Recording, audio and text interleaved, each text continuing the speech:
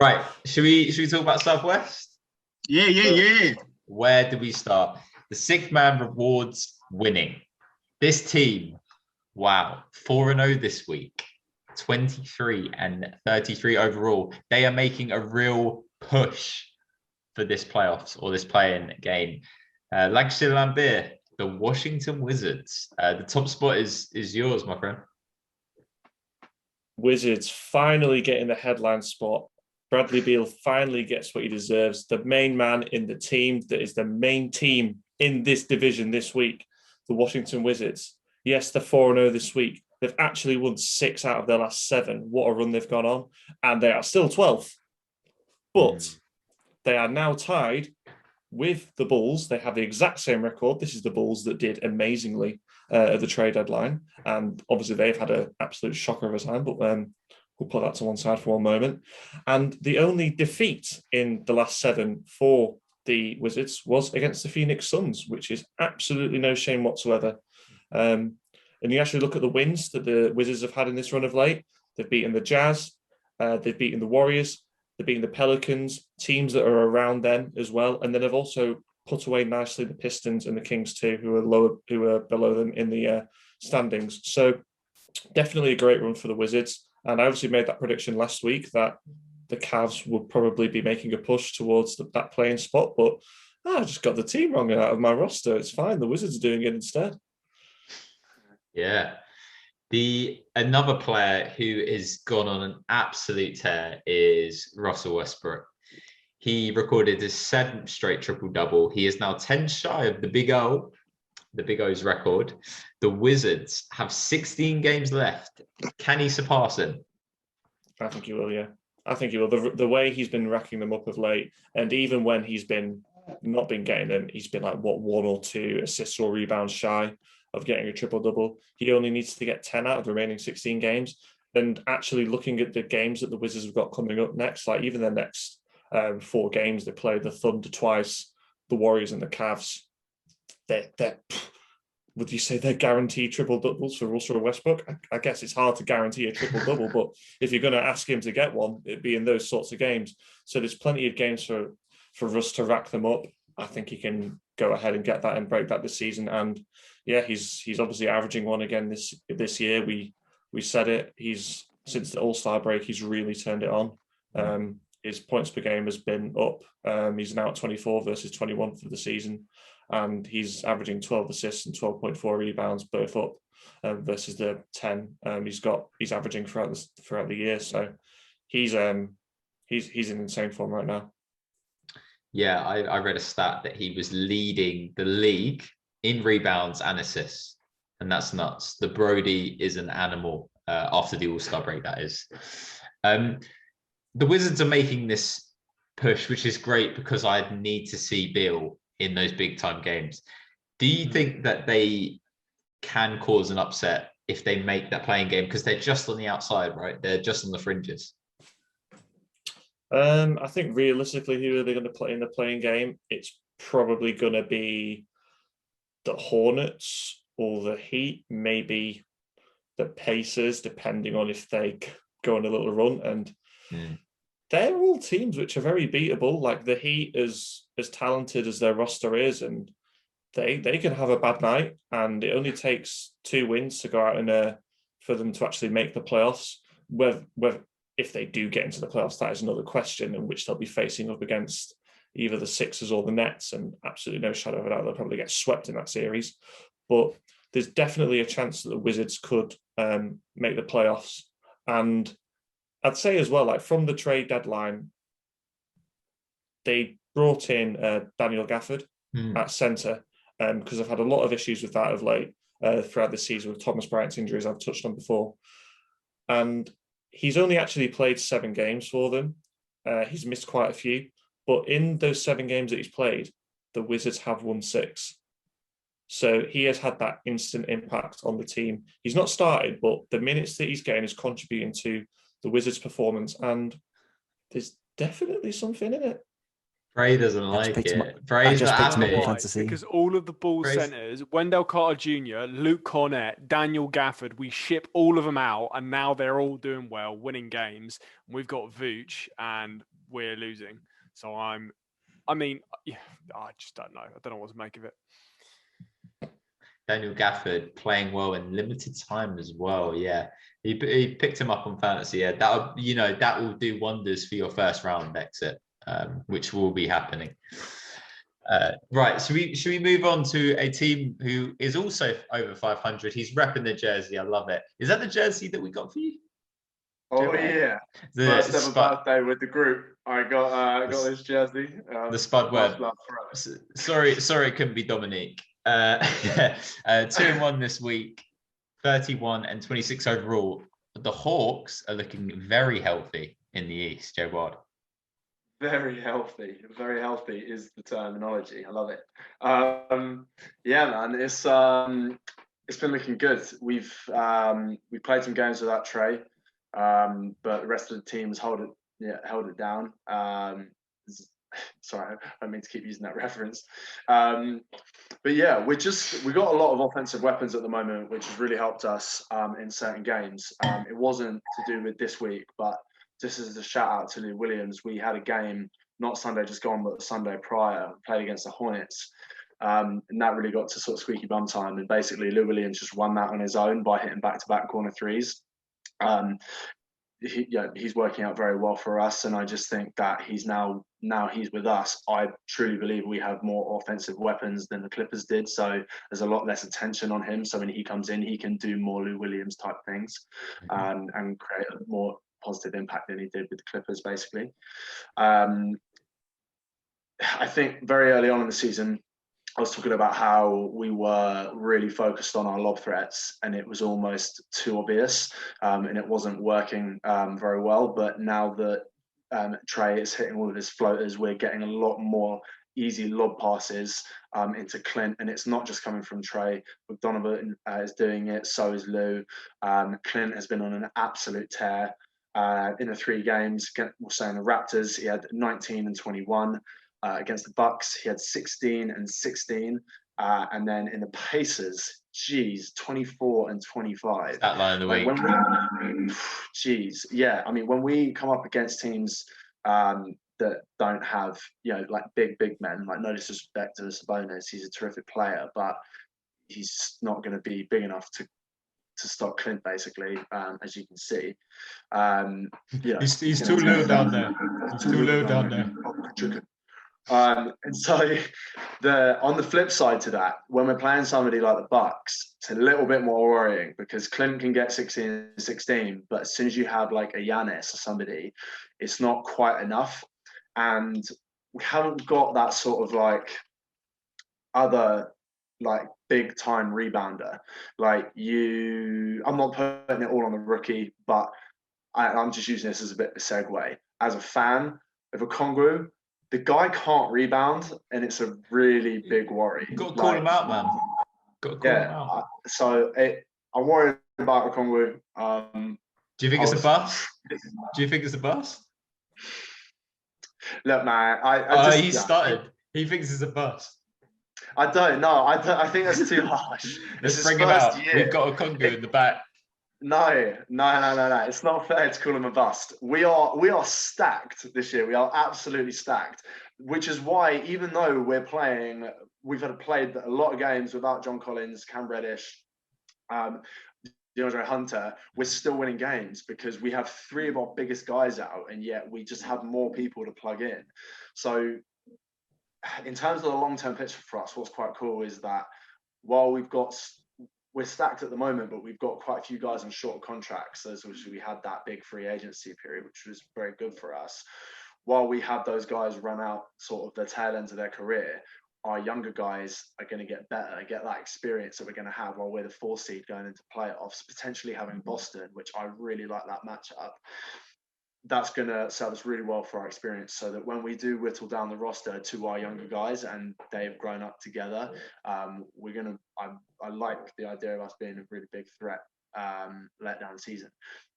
Just one more thing, I don't go on too much longer. One of the things with it, although we're younger, we're winning a lot of games, and our pace is 8th slowest in the league. So we're one of these younger teams that's winning a lot, but we're not we don't have to push the ball in order to win games, which I think is really important. Like we can slow it down and get it in the half court, which is what a lot of playoff basketball is about, basically. Yeah. So where we can make a big playoff run, look, a lot of heavy hitters, man. That top 3 seed is strong, and if we come up against one of them, you know, it might be no night, but you know, I think we can be frisky. Thank you, Tiny Temper. The Bucks game, Trey, he had 15, 2 and 9, but he shot 3 of 17, which is crazy because Bogdanovic had a really good game. Red Velvet had a great game. Even Solo had a really good game. So it was almost like for the Hawks to beat an elite East team, everybody needs to be on or clicking on all cylinders, which is something which is a bit worrying if you're thinking about making a push. You obviously spoke about Capella. That's my stat line of the week: 25 points, 24 rebounds, 2 steals, 3 blocks in 36 minutes. Nuts. Yeah. Let's talk about Nate the Great. 16 and 5 since Nate McMillan took over the team. From what I've seen, Wildy, he's emphasized about playing early or playing late, which means if there's uncontested shots in the flow of the offense, they're going to have that rather than jacking shots early in the shot clock, which you've seen with Trey. Yeah. And I've also seen possessions, they're much more coordinated, and they're more selective and efficient within the offense. What have you seen from the Hawks since Nate took over? Yeah, man, everything you were just describing there alludes to the fact that they're the eighth slowest in pace, and but they're still getting the results that they want. I think what's been so important about Nate's takeover, you look at the last 10 games alone, they've won 8 of the last 10.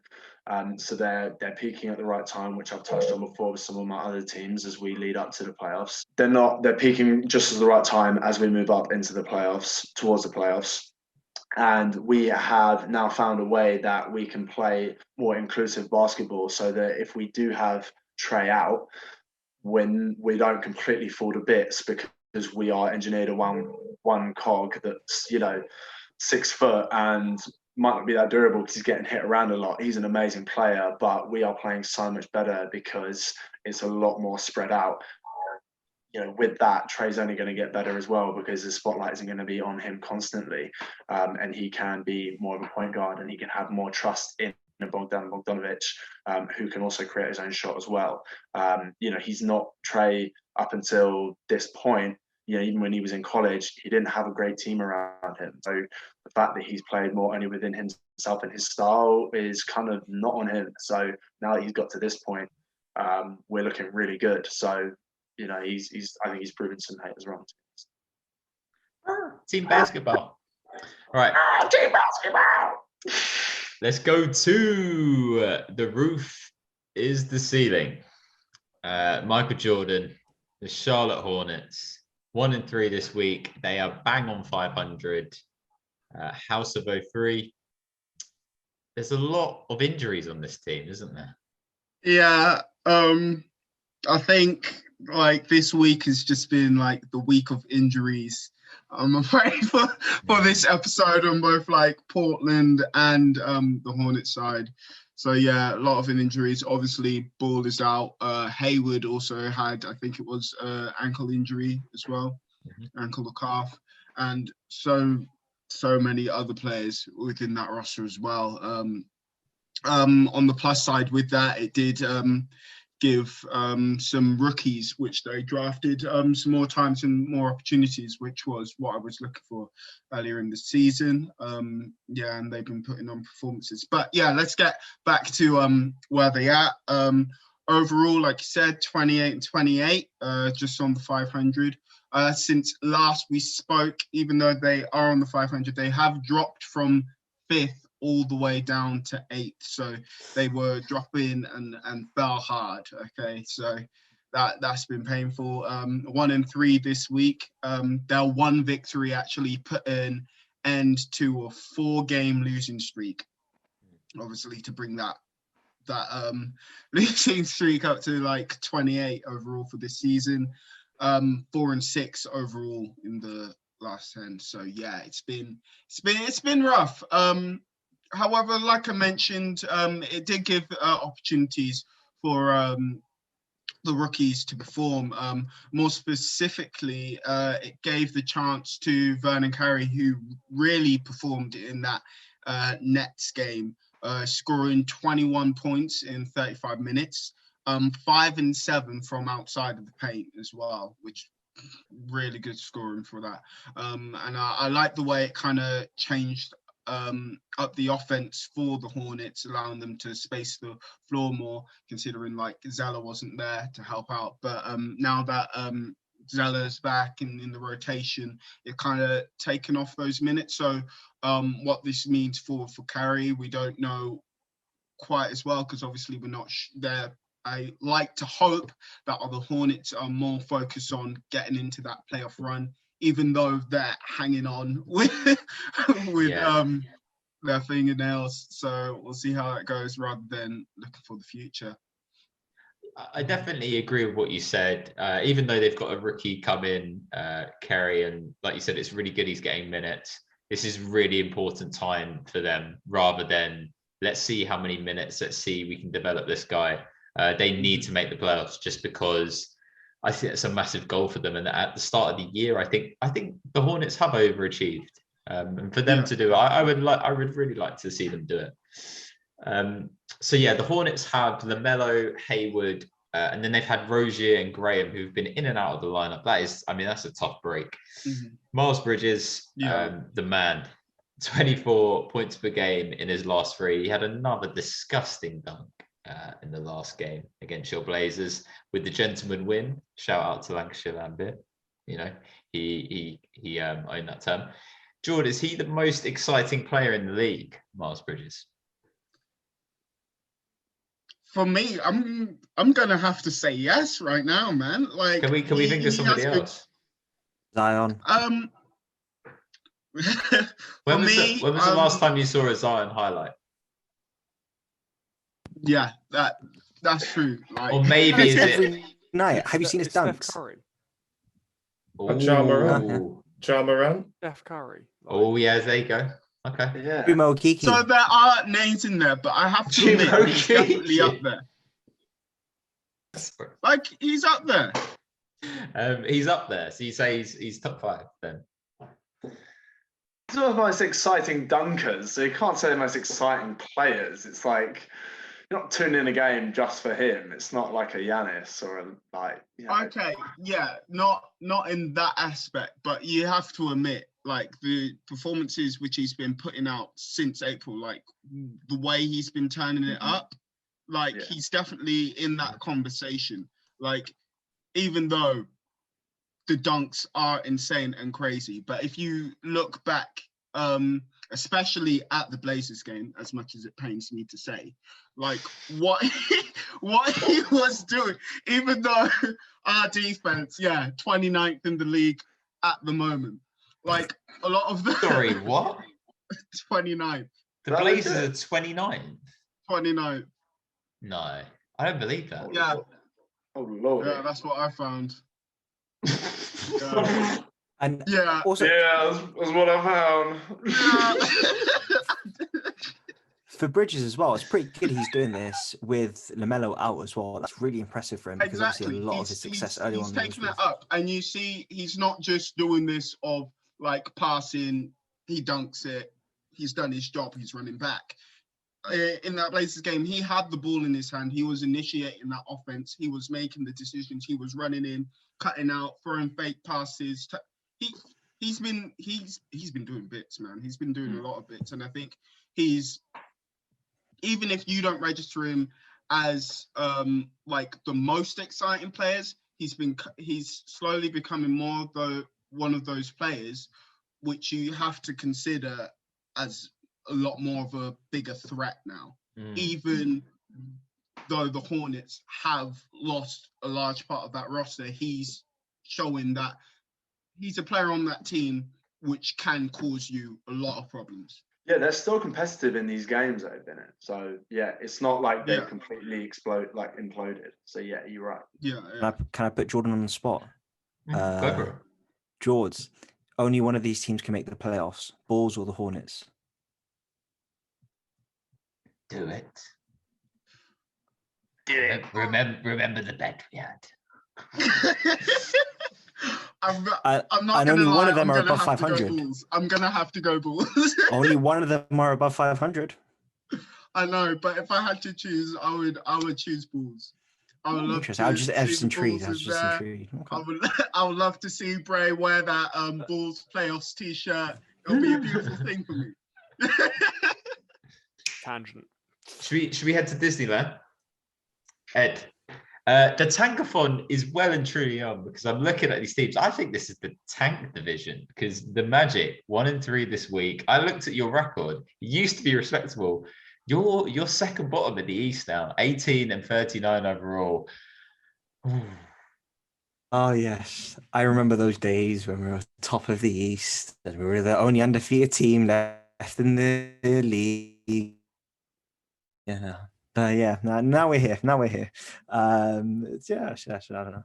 The only thing I you can don't hold know. on to is that Vooch was better on the Magic. And that we also beat you guys, so it actually helps us. So we still got a shit record, but we beat you guys, so that means another loss for you. So a better pick for us. So win, exactly. all wins. Yeah, definitely. And yeah, I did send the video of Wendell Carter Jr. with that dunk, and no one responded to it in the group chat. So fuck you all. So yeah, Orlando were 15 and 31, now 18 and 39. So 3 and 8 in the last 11. To be expected. 1 and 3 in the last week. So actually, in the 3 and 8, those 3 wins, because we didn't get a chance to talk about it because obviously the way we did the format, one of those wins was against the Clippers, where I didn't get my chance to have my moment of beating the Clippers and, this all, second best team in the West or third, whatever. We beat them very nicely, but we did lose, for example, the last game to the Rockets by 4. So the reason why the Timberwolves still don't have a worse record than the Rockets is because the Rockets just beat the Magic. So yeah, that doesn't help for that regard. On the Bulls game, actually, Wendell Carter Jr., as I mentioned, had a revenge game against Chicago. He felt hard done by how he was treated, which is fair. And he's doing really well in Orlando. He fits the system quite well. It's quite a change to what Vooch does bring. Maybe that's part of where Chicago isn't doing too well, is because he's just such a different player to Wendell Carter. They've got such opposite positives to their game, where Vooch is just such an offensive weapon and he's so skilled. Wendell Carter is a high energy and all of his points come around the paint. I was just comparing their stats actually, and in that game, and Wendell Carter Jr. had 19, 12, 4 assists, 2 steals, 1 block.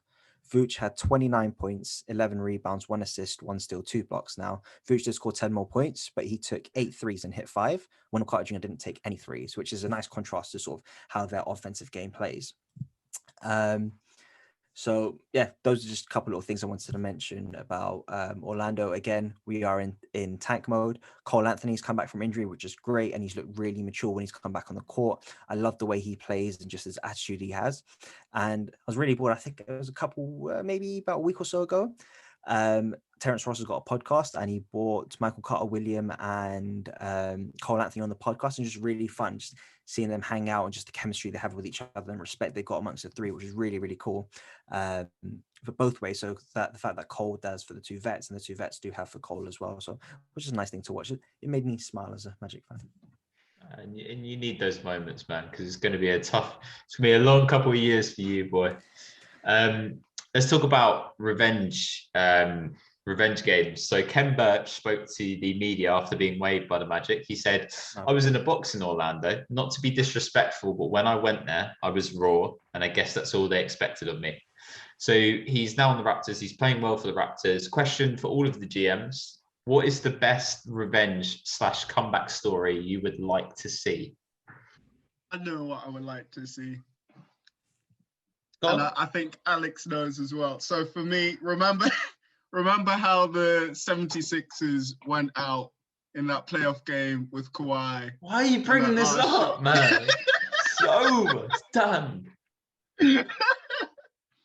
I think you would like to see that again with Kawhi versus Clippers, but this time Embiid just swats that out for the last shot. Imagine how troll Embiid will be, where he goes like this. And he's... Yeah.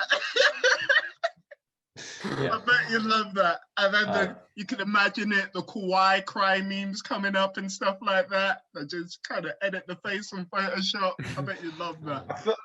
I feel like this might be a dead answer, man. But I quite like Corey Joseph, man. And I just feel he's bouncing around at the moment. I'd love to see Corey Joseph did some bits when he was with the Raptors. I just want to see Corey Joseph good again. Corey Joseph. Oh, You could have picked all the players. It's like picture for the movie. You got 100 million. Corey Joseph can play star role. We're talking about comebacks, so it has to be guys that have like been a bit waved and stuff. So it's like I kind of it's get gonna it. be Why don't you like say I Anthony would love- it's a proper comeback story. I would love to see Westbrook win in the finals against Durant. That's something I would like to see. He's never done It's it. never Yeah, happening. Yeah, I'm saying something Oh, don't be a realistic. hater, though. I was trying to think of something in conference, but I can't even think of anything in conference that would work in like a conference finals or a semis. I've Nothing got really a came to mind. I've got a on. prediction which I think is going to happen. I think the Bulls are not going to be able to re-sign restricted free agent Larry Markkinen, and he is going to come back and bite them by being much better than he's shown in the past couple of years. Like that. So I've got a fun one. Maybe Caden Randall may want some revenge. Anyone remember who Caden Randall is? No. It's Julius Judy? Randall's son. Maybe Oh, if the Knicks can get some revenge on the Nets, if they face each other in the playoffs, I would love to see Caden Randall give a middle finger to the Brooklyn Nets. Let's go Knicks. I like that one. I wouldn't say it's a revenge, is it? Maybe we can see, but how about Kyrie versus LeBron in the finals? That could well happen. I do like that. Definitely. That's a cool story. I don't think it fits revenge because I mean Kyrie wouldn't have a chip without LeBron and vice versa in that particular year. But yeah, I like it. I would say. I think it is revenge. I think it is revenge as well because Kyrie's come out and said, "Oh, LeBron, he's not hitting the game-winning shots." He's made some comments which has been a bit like, "Hang on, bro, LeBron, it's LeBron." Right. Yeah. In Kyrie's head, it's revenge. Let's be real though. It's not. In Kyrie's head, it's revenge. Obviously, we'd love to see the Miami Heat lose. Because it pisses you off. You rage out. We get more likes. We get more views. We send it through. That's what we want to see. That's what people want to see, Bray. The Heat, they've been terrible. 1-3 this week. They're 29-28 overall. Don't shake your head at me. They've been terrible, bro.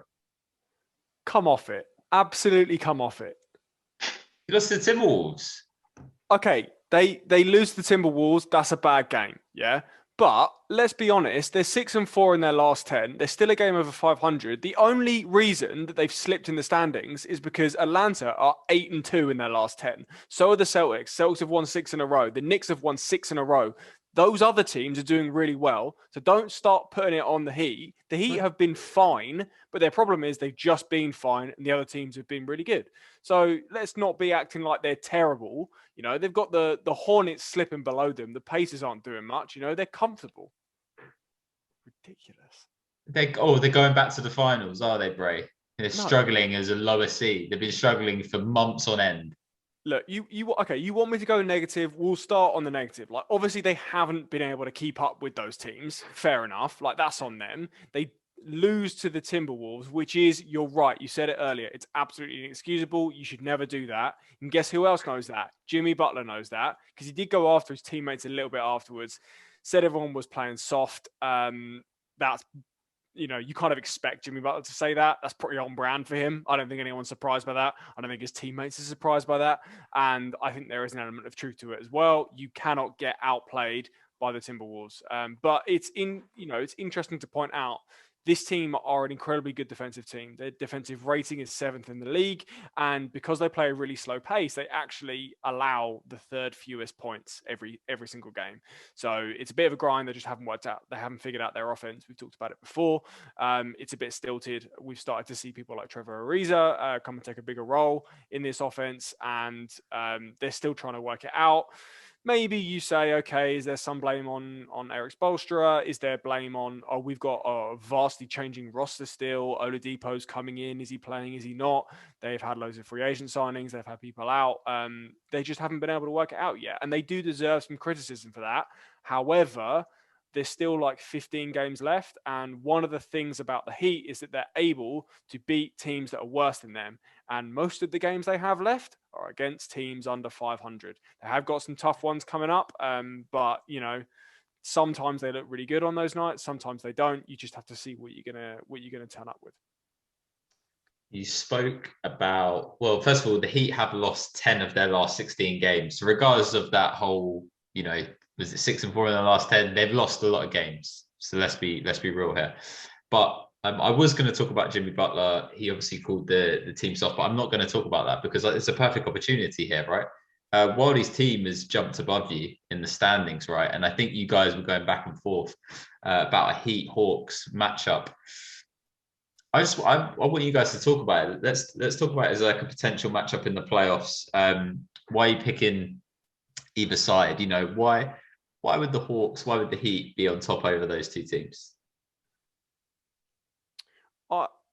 To kick it off, and at the start of the season, I was very disparaging about the Hawks, unjustly so. After I've seen them play a few times now, I've seen, especially now, how they've worked their team around Trae Young, and I saw them absolutely pick apart the Bulls. And the one thing that the Heat have over the Bulls, his name is Bam Adebayo, and he is an incredible defender. He is so good at defending guards. It's not even funny. And, you know, Trae Young is not a standard guard. He is a star. I'll give him that. But I like Bam Adebayo defending Trae Young much more than I like Nikola Vucevic defending Trae Young, where I saw him go to work. So that would be my key to the series right there. That might have been a key to the series maybe about 2 weeks ago, but now we have the double-headed scoring machine of Bogdanovic and Trae Young. So, Bam, you got one of them. The other one will be right on the other side of the court, ready to J in your face, man, if you try and close out that shot. So, I'm fine. I'm fine with the defense of Miami. They're not a very big team. Clint Capella has shown what he does to smaller teams like they did against the Pacers. Look, Miami are known to be more physical. That's that like Heat culture. But man, I think it's fine. I'd take Hawks in that series. Remaining GMs and myself, who are the better argument? Let's go around. Who are we going for? Hawks or Heat? I preferred Wildy's argument. Sorry, Bray. That's fine. Jordan. I think I'm gonna second that. I'm gonna go Wildy as well. Matt? Get the room out. This is sweet. Yeah. Wow. Okay. I was going to sweep it as well. I'm rooting for this series. I am rooting hard for this series. Let's go Hawks. Let's go Hawks, baby. Hawks going road to the second round DVD coming out again soon, baby. Oh, interesting. North Culver Bird. Head to the leaderboard.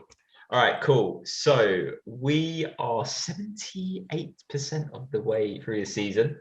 Let's go from bottom to top. So in last place is Silk Bray with 139, big side from the man, 139 to 203. He's not a happy bunny, but he should be because he's over 400. What an absolute disgrace of a season for Mr. Bray. You know, Timberwolves in last place and your best team are the Celtics, who have been on a roll recently. Shout out to them. In fourth place, we've got Lancashire Lambert. You've had a good week this week, Matt, especially with the Wizards. 160 wins, 178 losses. You're at 47%. Your best team is the Denver Nuggets, and your worst team is the Toronto Raptors. No, the Cleveland Cavaliers. Cavs. Parantic Express slotting very nicely in third place. Seems like you're forever going to be in that spot, but we'll get to that in a minute. 177 wins to 162 losses. You're at 52%. Your best team are your beloved untouchable Phoenix Suns. and your worst team are the Detroit Pistons. Oh, yeah. Just above you is House of 03. And I can see him pacing back and forth in his mind. I think he's getting a bit nervous, George. 181 to 158. You were at 53%, so there was 1% between you two. It's very close. Mr. Super Team's not looking very super anymore. You better check the window. The Bulls are your worst team. Wow. And your best team is the Brooklyn Nets, who are second in the East. Sorry, boys. And top spot, House Lasky, who remains there. He's sort of he's shaped off those threats that happened a couple of weeks ago. He's 193 to 149 at 56%. Your best team at the Jazz still, and worst team at the Magic. Any thoughts, guys? Wildy, do you know what you're gonna do with your second pick? George, he's talking to you, bro. Are you gonna take that? Fair. I look at Jordan's do you know what you're gonna do with your first pick? Do you know what, Ed? All that shit you were talking about, how nobody picked the Jazz, dude. You've got to pick up all the teams, so only you can blame yourself. You picked the wrong one. I know. Nah. We'll deal with that in 3 weeks' time. But because I was looking at Jordan's team, I'm like, fuck. Lakers are worried with their injuries. Nets are worried with their injuries. When's KD coming back? You've got Bulls who aren't doing too well. Portland just saying we've got their injuries. Charlotte is probably your most promising team. Ooh, looks like honestly, soon as I saw this week, I was thinking, mate, I bet Wildy's gonna be making so much ground on me now. Like, I was sweating for these results from the beginning of the episode. The only thing that has stopped me is that OKC is now as bad as Detroit from the here on out. So I'm trying to catch you. I'm trying to catch you with 4 teams. We're going to find out, man, but we are in the final stretch. So massive thank you to Lancashire Lambert, House of 03, Parantics Express, Saltbright, and House Lasku. The train keeps on chugging. And just a note to Harry Roseman, make sure you pick a wide receiver on Thursday, please. Please. My team is struggling. So that's it from the Sixth Man. We'll be back again same time next week, and we'll be back with Shoot Your Shot. And I think George got the green room coming back. So it's going to be a really good week. Thank you again to you all, and from me and everybody else, it's over and out. Peace. Ciao.